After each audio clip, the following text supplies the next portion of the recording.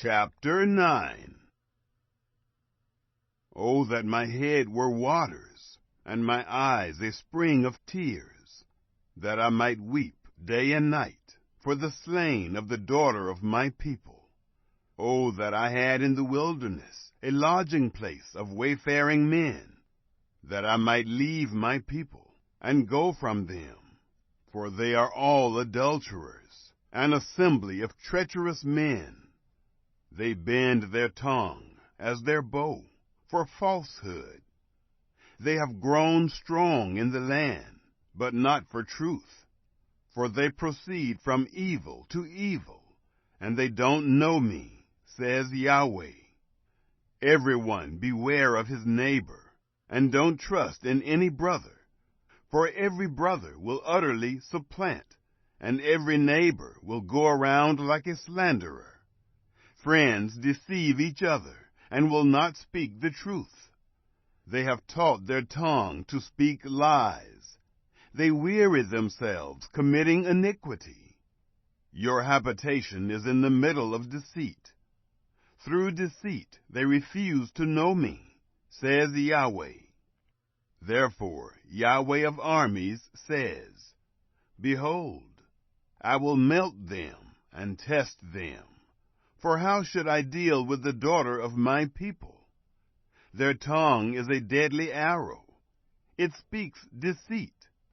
One speaks peaceably to his neighbor with his mouth, but in his heart he waits to ambush him. Shouldn't I punish them for these things? Says Yahweh. Shouldn't my soul be avenged on a nation such as this? I will weep and wail for the mountains, and lament for the pastures of the wilderness, because they are burned up, so that no one passes through. Men can't hear the voice of the livestock. Both the birds of the sky and the animals have fled. They are gone. I will make Jerusalem heaps, a dwelling place of jackals. I will make the cities of Judah a desolation, without inhabitant. Who is wise enough to understand this? Who is he to whom the mouth of Yahweh has spoken, that he may declare it? Why has the land perished and burned up like a wilderness, so that no one passes through?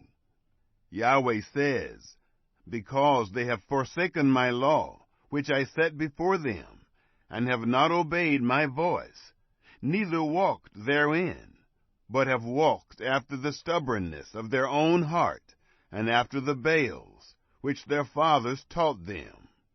Therefore Yahweh of armies, the God of Israel, says, Behold, I will feed them, even this people, with wormwood, and give them poisoned water to drink. I will scatter them also among the nations, whom neither they nor their fathers have known, and I will send the sword after them, until I have consumed them. Yahweh of armies says, Consider and call for the mourning women, that they may come, and send for the skillful women, that they may come. Let them make haste, and take up a wailing for us, that our eyes may run down with tears, and our eyelids gush out with waters. For a voice of wailing is heard out of Zion. How we are ruined! We are greatly confounded, because we have forsaken the land, because they have cast down our dwellings. Yet hear Yahweh's word, you women. Let your ear receive the word of his mouth. Teach your daughters wailing, and everyone teach her neighbor a lamentation. For death has come up into our windows. It has entered into our palaces, to cut off the children from outside, and the young men from the streets. Speak, Yahweh says. The dead bodies of men will fall as dung on the open field, and as the handful after the harvester, and no one will gather them. Yahweh says, Don't let the wise man glory in his wisdom. Don't let the mighty man glory in his might. Don't let the rich man glory in his riches.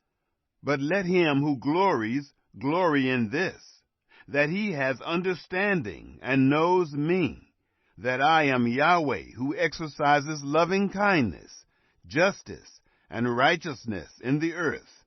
For I delight in these things, says Yahweh.